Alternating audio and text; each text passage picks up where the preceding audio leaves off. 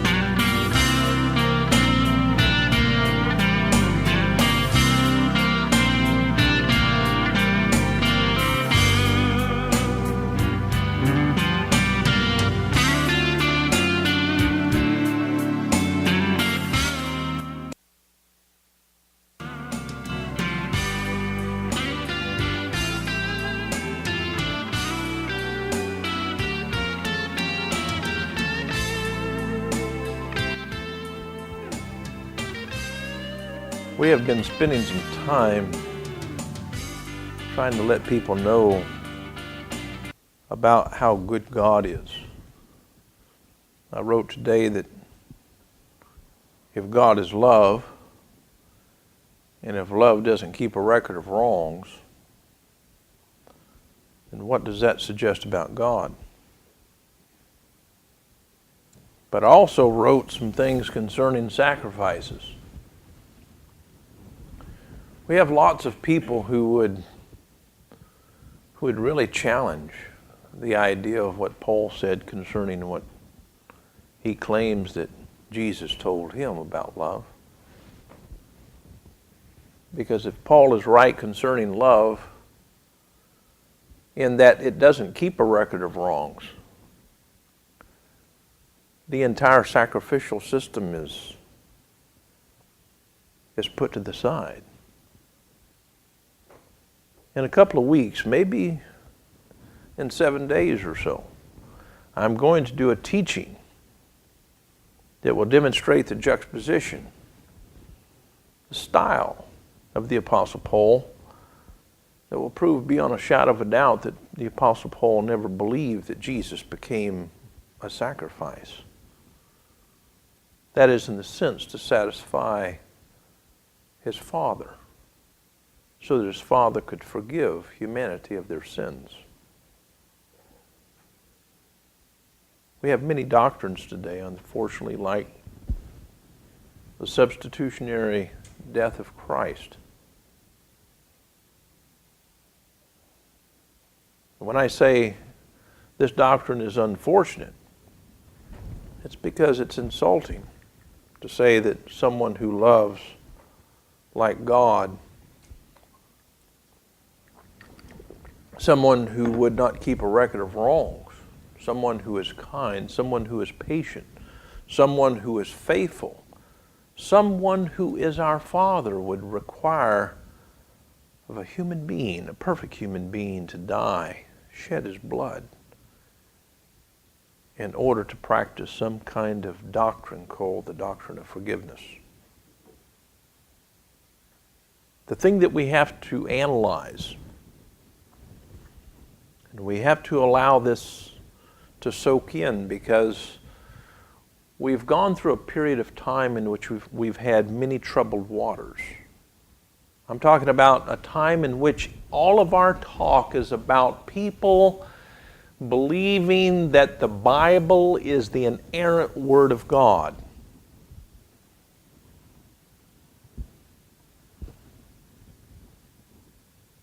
Most of the conversations that I get into with people, from time to time I hear people making statements that are quite crazy, stupid in fact.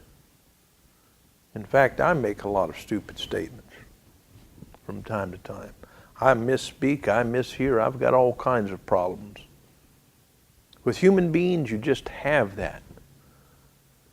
But for some reason, theologians have claimed that we don't have that within the fabric of the writings of the Old Covenant, nor in the New Covenant. And these are some of the things that we're going to contest. And so I would hope that you would relax and enjoy the environment, the place of intellectual honesty.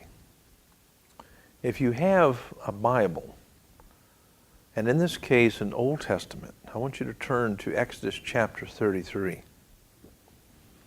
I want you to look at some of these particular terms in your meta language. Now in chapter 33, verse 11, there is something that's stated, and what we're going to do for a few minutes is simply do this thing of contrasting Jesus and Yahweh. So for the sake of argument, let's simply juxtapose. Let's not say let's compare them at a distance. Let's compare them side by side. Some claim that the Old Covenant God is the Father of Jesus. The Jews were afraid to say Yahweh or Yahweh. You can enunciate it several different ways. It's because this language is very much of hyperbole and the pronunciation systems vary much in every way. Modern Hebrew isn't anything like Second Temple Hebrew or First Temple Hebrew. It's an amazing journey that is with these languages. And by the way, none of these languages that we have in the Old Testament have been completely reconstructed. And what does that actually suggest? If you have a reconstruction process going on, the question would be, should you draw conclusions before you can make a valid premise. And in most cases concerning the Old Testament, most of this stuff you cannot even put a valid premise together. So tonight we're simply working with these meta-languages. That is, these models that have already been put together for us, given to us, sold at the Bible bookstore in the name of Jesus Christ. Let's examine them for a few minutes. Exodus chapter 33, verse 11. The Lord would speak to Moses face to face as one speaks to a friend. Let's read that carefully, because if this is the inerrant word of God, we wouldn't want to miss any of this. The Lord would speak to Moses face to face, just like one speaking to a friend. And then Moses would return to the camp, but his young aide, Joshua, son of Nun, did not leave the tent. Wow. That's interesting. If we are to examine this, we have Moses speaking directly to the Lord here. Now, why is this significant? I'm here to tell you that we need to compare Yahweh or Yahweh to Jesus. I'm not going to say Yeshua, because if I say Yeshua, that's mixed up in the paradigm of theology with Yahweh. It would be better to say Jesus than it would be to say Yeshua. Because when I say Yeshua HaMashiach, which is the Hebrew for actually Jesus the Messiah, there is a reason that the New Testament was written in Greek and not in Hebrew. That is, authored in Greek and not in Hebrew.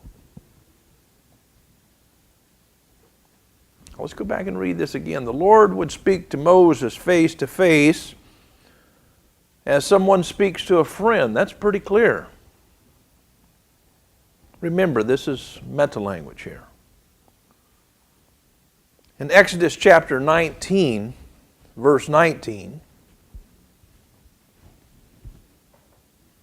we have, as the sound of the trumpet grew louder and louder, Moses spoke, and the voice of God answered him. So, some versions record it that God spoke as with thunder. Other versions, that is, of meta-language, actually record it as being his actual voice. But if you go back to chapter 33, or go to chapter 33 of the book of Exodus, verse 11,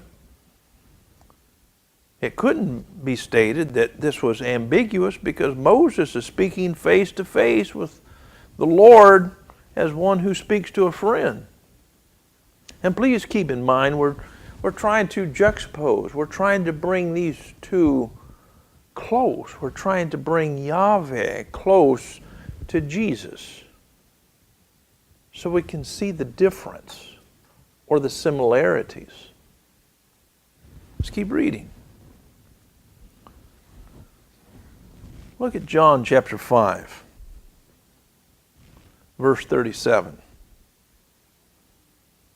If John is right, and he was recording the words of Jesus supposedly, and the Father who sent me has testified, and the Father who sent me has himself testified concerning me. Let's read that again. And the Father who sent me has himself testified concerning me. You have never heard his voice, nor seen his form. Is there something about this that may be strange? Is this raising any kind of red flag to anyone here? Moses was speaking face to face with the Lord as one who speaks to a friend, heard his voice in our literal sense. That's even true when I read the Hebrew text. He's listening to him just like I listen to my wife and my children, face to face. Then John records, and the Father who sent me, this is Christ talking, this is Jesus talking. He claims, the Father who sent me has himself testified concerning me, and you have never heard his voice nor seen his form. Now, these people were students of the Torah, the prophets, and the writings. Jesus continues, he says, nor does his word dwell in you. In other words, you don't even have any clue as to what he's ever said. Now, if these people are students of the Torah, if these people are students of the prophets and the writings, why is Jesus claiming, my Father, the one who I represent, his words are simply not there? So in the Old Testament, that Old Covenant, we have someone who claims to be speaking face to face with God, and he's speaking to him just like he's speaking to a friend. He hears his voice, and then Jesus comes along and he said, no one has ever heard his voice or seen his form, nor does his word dwell in you. Wow. And then he goes on to say, you don't even believe in the one that he sent. Turn to John chapter 12. Jesus makes this claim. For I did not speak on my own, but the Father who sent me commanded me to say all that I have spoken. So everything that Jesus is speaking according to his confession, this is what I'm getting directly from the Father. And don't think for a moment, let me just qualify this. I'm not one who believes in Trinity theology at all. Jesus is God. He's simply wearing many different hats. He's simply coming as the Son of God so he can speak on this plane here, because throughout history, man always thought God was talking down to humanity. And Jesus came as a friend. Wonderful, wonderful, wonderful Jesus. Wow. John chapter 12. For I did not speak on my own, but the Father who sent me commanded me to say all that I have spoken. I know that his command leads to eternal life. So whatever I say is just what the Father has told me to say. In other words, everything that I'm saying came from him, so square that up. What do you mean square that up? Square that up with these passages that we're reading here. Does the Old Testament square up with the New Testament here? Or does it create a lot of tension, a lot of question? It's not reasonable to take the words of Christ and say that Moses actually heard from God at all, is it? Not if Jesus is being truthful. As we continue, let's go back to the Old Testament and read a while. The book of Leviticus.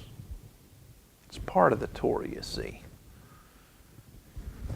This is one of these models, one of these theological models that man loves to applaud.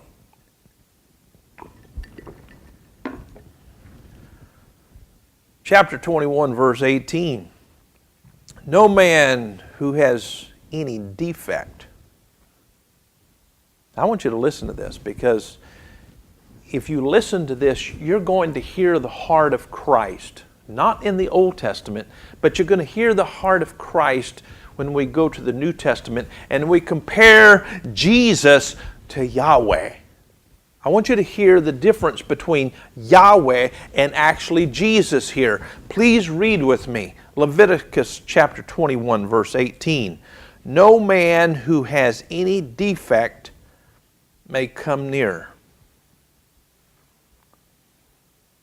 Wow.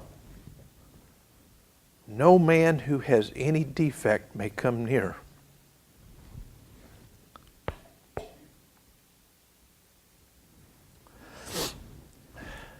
That troubles me. No man who is blind or lame, disfigured or disformed. Does this sound like Jesus? Does this sound like the words from the Father that spoke through Jesus? Does this sound like Jesus? No man who has any defect may come near. No man who is blind or lame, disfigured or disformed. No man with a crippled foot or hand, 20, or who is a hunchback or a dwarf, or who has an eye defect, or who has a festering or running sores or damaged testicles. No descendant of Aaron, the priest, who has any defect is to come near to present the food. Yes, this is talking about those people who have to be special to do X, Y, and Z. But the point is, you can't come near the Lord if you're like this. And only those were the ones who could come near. And so the principle had to be laid there for the all. So please read this again. No man who has any defect may come near. No man who is blind or lame, disfigured or disformed, no man with a crippled foot or hand, or who has a hunchback or a dwarf, who has an eye defect, or who has festering or running sores or damaged testicles. No descendant of Abraham, the priest Aaron, the priest, who has any defect is to come near to present the food offerings to the Lord. He has a defect. He must not come near to offer the food of his God. He may eat of the most holy food of his God, as well as the holy food. Yet because of his defect, he must not go near the curtain or approach the altar. You can't get near God if you have problems here. And so desecrate my sanctuary. See, what the Scripture's teaching us in the book of Leviticus is if you're blind or lame, you're desecrating the sanctuary. If you're deformed, you're desecrating the sanctuary. If you have a crippled foot or a crippled hand, or if you're a hunchback or you're a dwarf, you're desecrating God's sanctuary. This is Yahweh's sanctuary. Please do not desecrate my sanctuary. I am the Lord who makes them holy. So Moses told this to Aaron and his sons and to all the Israelites. Let's place that in contrast to Jesus. Matthew chapter 21. Jesus entered the temple courts and drove out all who were buying and selling there. He overturned the table of the money changers and benches and those selling doves. It is written, he said to them, my house will be called a house of prayer, but you are making it a den of robbers. Listen to verse 14. The blind and the lame came to him at the temple, and he healed them. Wow. If we understand the Greek here, a house of prayer means this, and please hear this. It means a house in which you can communicate. In other words, when you come here, wow, Jesus is here. It's not necessarily verbal communication, but if you are lame, if you're sick, if you have any kind of defect, you can commune with the Lord and He will heal you. This is wonderful. The Old Testament God, Yahweh, He doesn't want defects. It desecrates His sanctuary, whereas Jesus, He doesn't want all of this nonsense going on. And he stops it and he says, listen guys, the blind, the lame, they're coming to me and I'm healing them. And I want you to hear how those who are well schooled in Leviticus, listen to what they say. But when the chief priest and the teachers of the law saw the wonderful things he did, and the children shouting in the temple courts, and please remember, we're talking about the lame and the blind being healed, and we should be shouting and praising God. But when the chief priests, those who actually knew the law, came, this is what they said. Hosanna to the Son of David. When they heard that, they were indignant.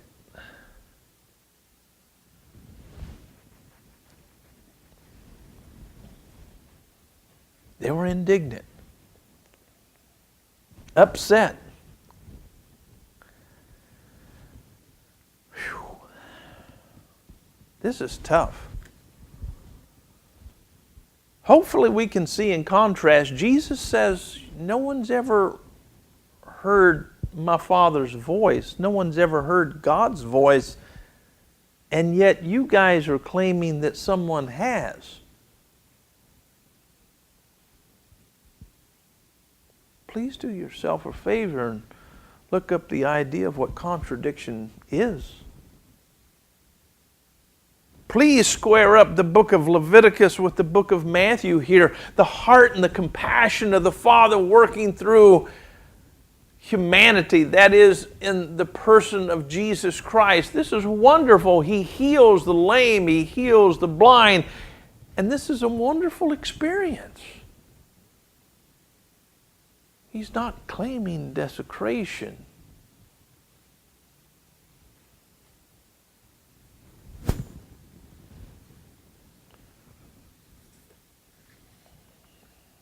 Back to the Old Testament. We're not going to get finished tonight.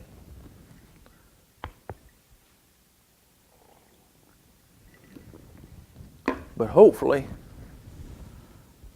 some of you guys might start concluding that Yahweh may not be the Father of Jesus.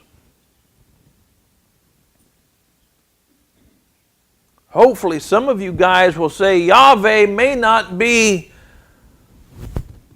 God at all. If I read in Leviticus chapter 20, verse 8, the writer, and please understand that the writer is not singular here. We're talking about writers. We're talking about people putting together theology. When you deal with higher forms of criticism, you're dealing with source documentation. This wasn't put together by Moses. This is what people would have you to believe. Chapter 20, Leviticus, verse 8. Keep my decrees and follow them. I am the Lord who makes you holy. Anyone who curses their father or mother is to be put to death. Because they have cursed their father or mother, their blood will be on their head. If a man commits adultery with another man's wife, with the wife of his neighbor, both the adulterer and the adulteress are to be put to death.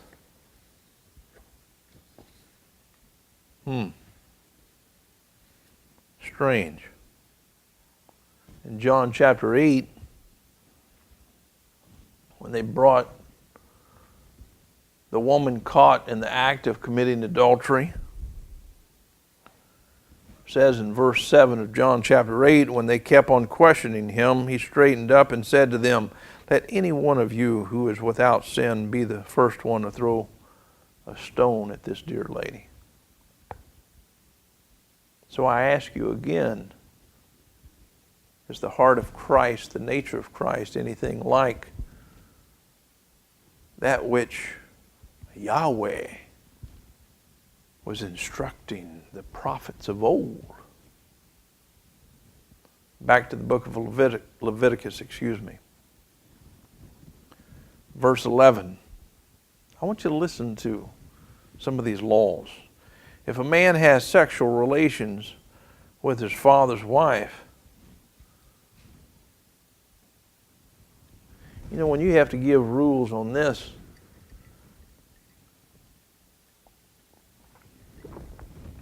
it means that you really lack some morals. If a man has sexual relations with his wife, he has dishonored his father. Both the man and the woman are to be put to death. Their blood will be upon their heads. Verse 12. It's all about killing here. If a man has sexual relations with his daughter-in-law, both of them are to be put to death. When they have done, or what they have done, is perversion. Their blood will be on their heads. Let's look at verse 13. If a man has sexual relations with a man as one does with a woman, and please understand, this is meta-language. This isn't actually what the Hebrew says here. This was put together simply to bash homosexuals in verse 13. If a man has sexual relationships with a man as one does with a woman, both of them have done what is detestable. They are to be put to death. Their blood will be on their own heads. The reason that church people keep going after homosexuals and trying to kill them has to do with Leviticus chapter 20.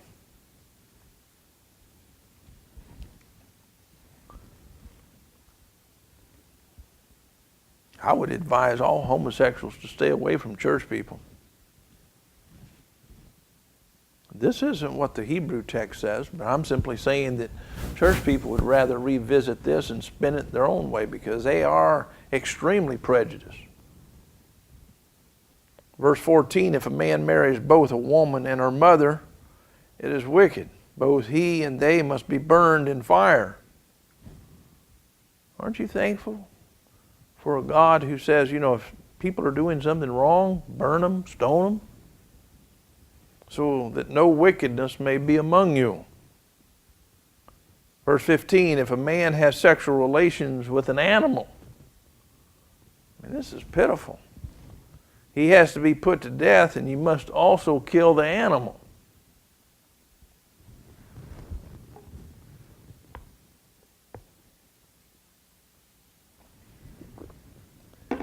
Verse 16, if a woman approaches an animal to have sexual relationships with it, kill both the woman and the animal.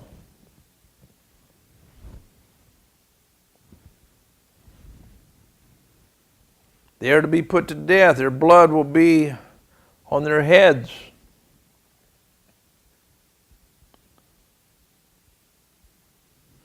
If a man marries his sister, this doesn't make sense.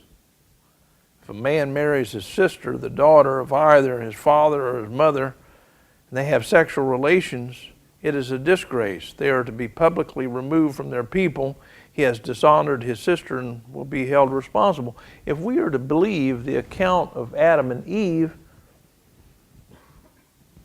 the majority of this would have to have been fulfilled.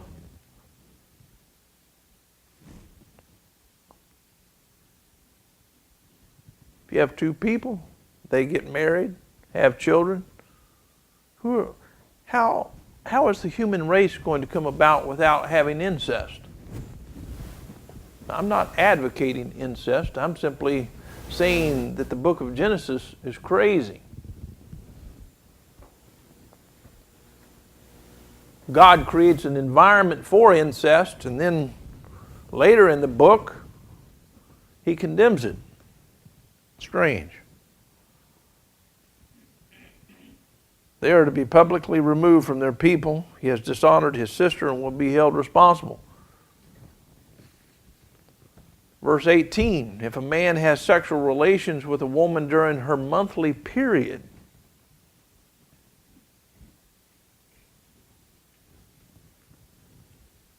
he has exposed the source of her flow, and she has also uncovered it. both of them are to be cut off from their people. In other words, you're going to be thrown outside of the household of Israel if you have intercourse with your wife at a certain time of the month.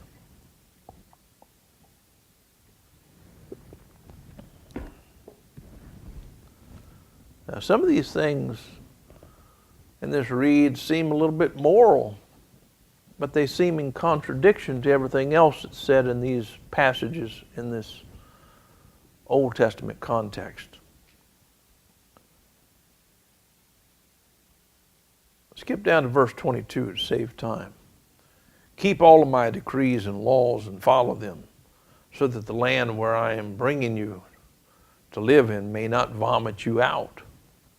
See, these are part of the 613 facets of the law. Let's look at verse 25. You must therefore make a distinction between clean and unclean animals, between unclean and clean birds. Listen carefully. You must therefore make a distinction between clean and unclean animals and between unclean and clean birds. Do not defile yourselves by any animal or bird or anything that moves along the ground. Those that I have set apart as unclean for you, you are to be holy to me, because I, the Lord, am holy, and I have set you apart from the nations to be my own.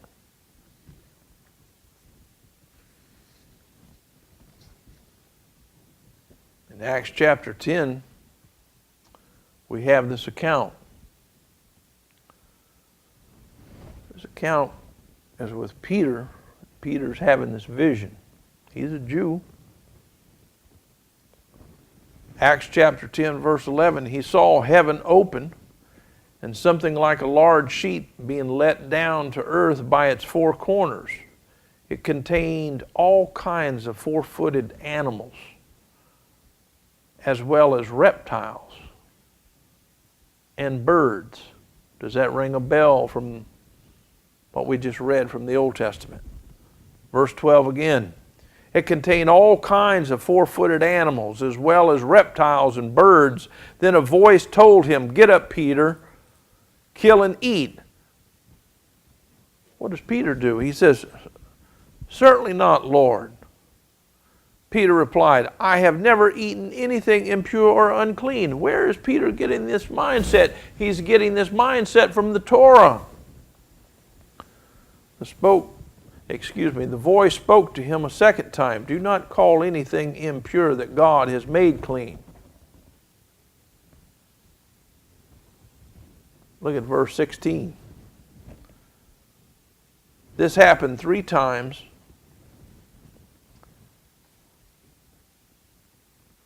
I like what God does. He's going to make sure that he's clear. This happened 3 times, and immediately the sheet was taken back to heaven. The next verse says, while Peter was wondering about the meaning of the vision,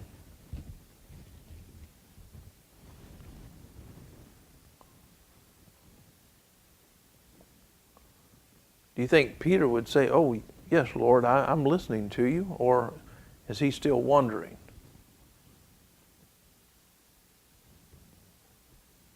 It was over a decade later that Paul had to rebuke him again. He left the Gentiles to sit with the Jews because of those people sent from James. Peter had a history of being like a ping pong ball, up one day and down the next. He wasn't very consistent at all. He's not one of these guys that you would need to trust. My point is, we started out with talking about, in Exodus chapter 33, Moses claimed to speak face to face with the Lord as one who speaks to a friend. And Jesus in chapter 5 of the book of John says, "You've never heard his voice nor seen his form." So I ask you the question, who do you trust? Do you trust what Moses said? Or do you trust what Jesus said?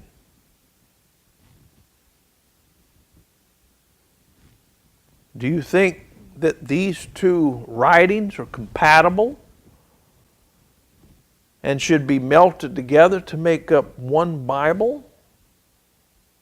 Are we talking about the same God here, or are we talking about some people were writing about this God over here, and Jesus was talking about something quite different, or someone quite different, I should say?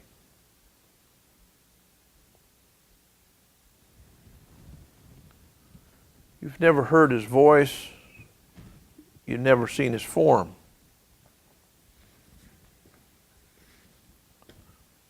When we reread Leviticus 21:18, no man who has any defect may come near, no man who is blind or lame, disfigured or deformed, no man with a crippled foot or hand, or who is hunchback or dwarf, or who even has an eye defect, a festering, runny sores, etc.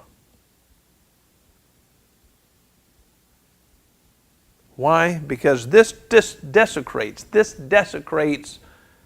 the sanctuary. And Jesus in chapter 21, he said, my house, it will be called a house of prayer, a place where you can communicate with me.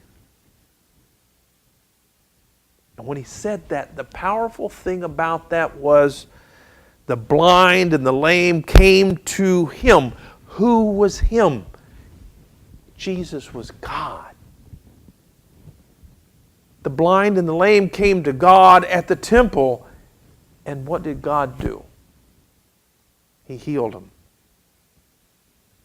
But when the chief priest and the teachers came and they saw these wonderful things,